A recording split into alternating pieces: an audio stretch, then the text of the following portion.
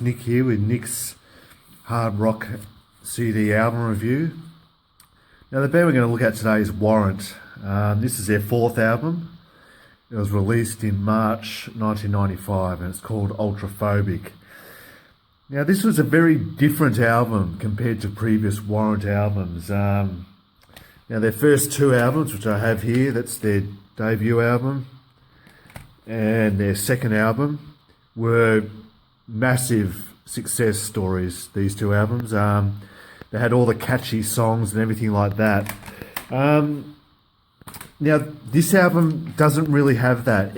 Well, actually, it doesn't have it all, to be honest. Now, it was released in 95, so that was right when the grunge scene was huge. Nirvana, Pearl Jam, Soundgarden, Alice in Chains. And this album is actually trying to incorporate, though, well, it's not trying to, it does incorporate those sounds into the music, and it does. You can really hear the grunge being influenced on these guys in the songs. The songs are very serious, they're sort of darker, but they don't have the catchiness as the previous two albums there. But that's not to say it's a bad album. It's not a bad album. Now, it takes a lot of listens. I've had this for quite a while now, and I still, it's still taking me a bit of time to get into. As I said, it's not bad. I'm not saying it's bad, but it's just very different, extremely different from their previous work.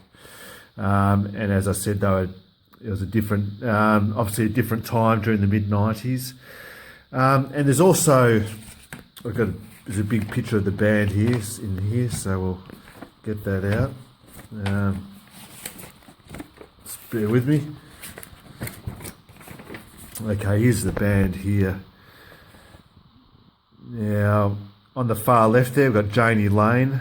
He was the lead vocalist. Sadly, he's no longer with us. He's passed away quite a few years ago. Next to him is Jerry Dixon, the bass player. Next to him is Rick Steyer, who was a guitar player. He took over from the original guitar player, Joey Allen. In the far back there is David White, who plays keyboards. Now, there's not a lot of keyboards on this album, so yeah, but yeah, anyway, they got a picture of him there. Next to him there is James Kotak. He's on drums. Now, he actually played with the Scorpions for quite a while. He's in the band Scorpions. And there on the far right there is Eric Turner on guitar as well. And I should just say that James Kotak there, he replaced the original drummer Stephen Sweet on drums. But Joey Allen and Stephen Sweet would later join the band a few years down the track. So there's a band there, and yeah, it's just a very different album, extremely different, and you will either like it or you won't like it. You either love it or you'll hate it. It was a bold move, an extremely bold move by Warrant, and I actually admire them for changing their musical direction and to try and keep up with the times, which obviously was the grunge period of time back then. So I've got a lot of respect for these guys, and the musicianship is very good. It's very good playing, but it's just totally different from the likes of Cherry Pie and Uncle Tom's Cabin, all their previous early stuff. Now they had three singles they released: Family Picnic, Stronger Now, and the other song was called Followed.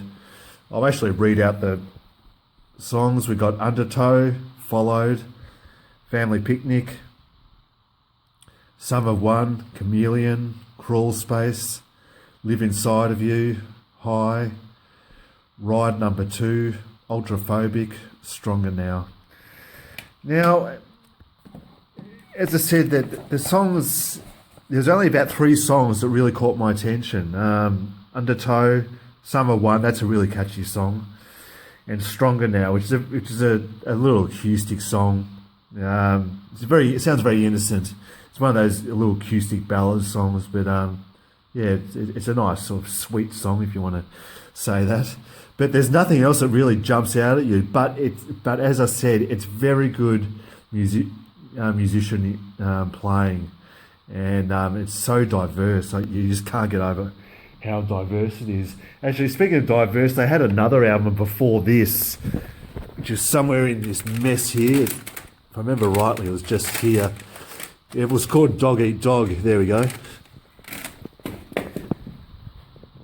This was released in, when was this released? 91, 92 this was released. And it sort of follows on from this. This was quite a serious album. And it was heavier too, this album.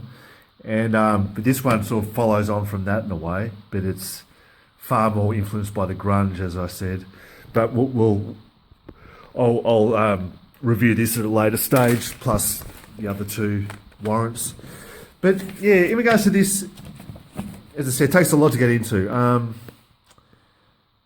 But I'm glad I've got it because Warrant were a good band. Now, I know I did do a video on Warrant, in the past, and they got criticised a lot for in regards to how they looked in their music. But Janie Lane there, he was a very gifted musician, as I said in the Warrant video that I did. Very gifted musician, and very tragic that he's no longer with us. And I won't go into the circumstances about what happened to him, but if you want to find out, you can read about it on Google. But yeah, but out of 10, I would give this album.